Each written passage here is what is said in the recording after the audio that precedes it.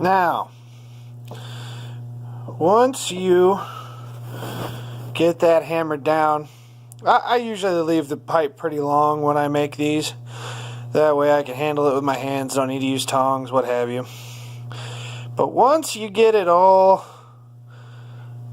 shaped, you can hack it off. I made this one, I don't know, 4 inches. So it fit in my hand nicely the way I wanted it to. And this is the file. Nice little Nicholson that I found at work underneath a conveyor. I'm sure one of our installers forgot it. That I soaked in white vinegar to get all the chemical rust buildup out of. You can see it's not perfect, but it's a far stretch better than having to buy a new file. And now, if I can figure out a way to prop this, I'm going to show you how to do the last little tiny bit of a cleanup.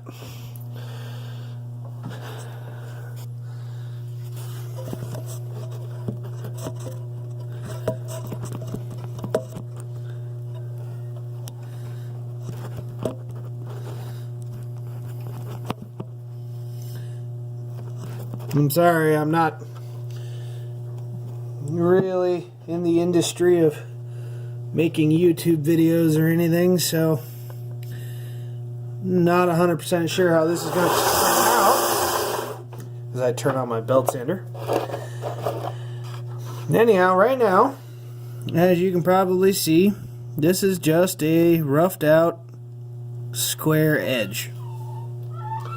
Nice and soft and annealed though.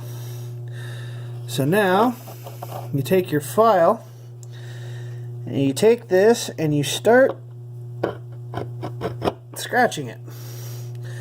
And I don't know if you can see it yet. You can just barely see that right there started to put teeth in this. Okay?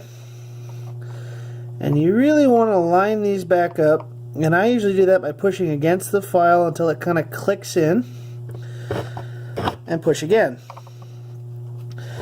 And again.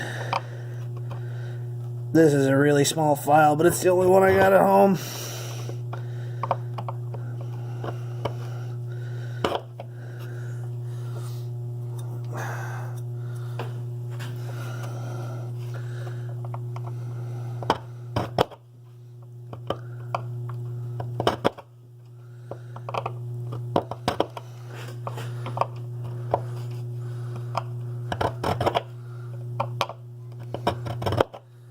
And right now,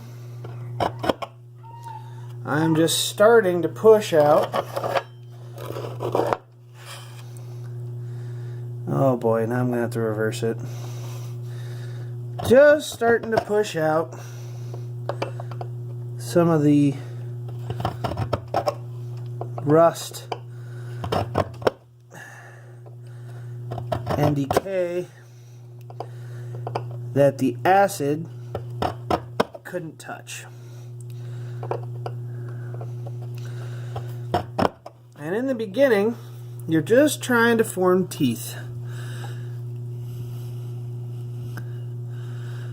Just like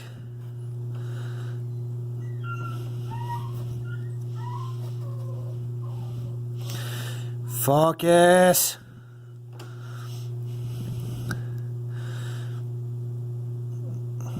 It's there. Just starting to form teeth on there. That'll reach down into the tendrils of this file and push out the trash that has been building up. Yeah, see? Now we're getting to the point where this is actually indexing really nicely.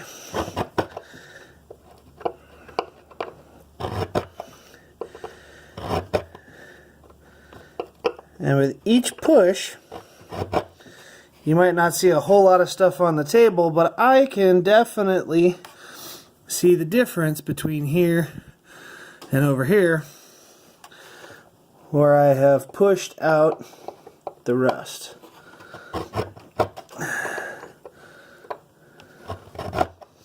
The other advantage to doing this with copper,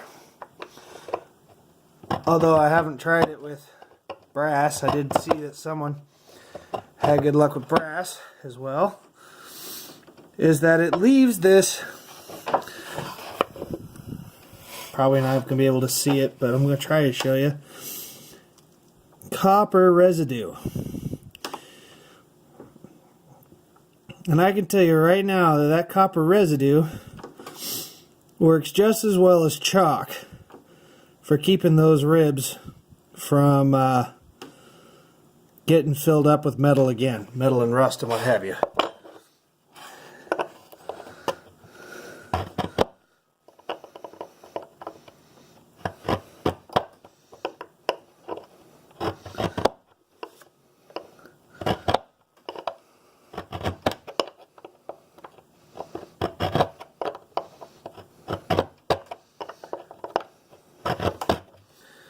And now,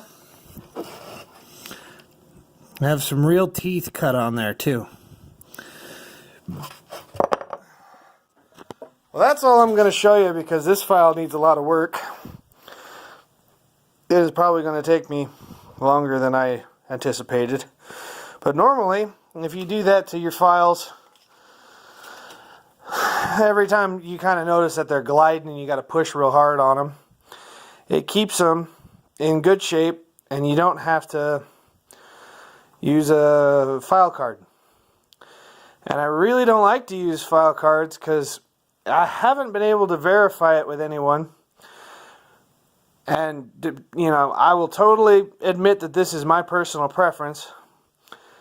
But the wires on a file card seem to remove metal faster than doing it this way. I mean, I'd have to have two identical files from their infancy and do an experiment for you to really give you a good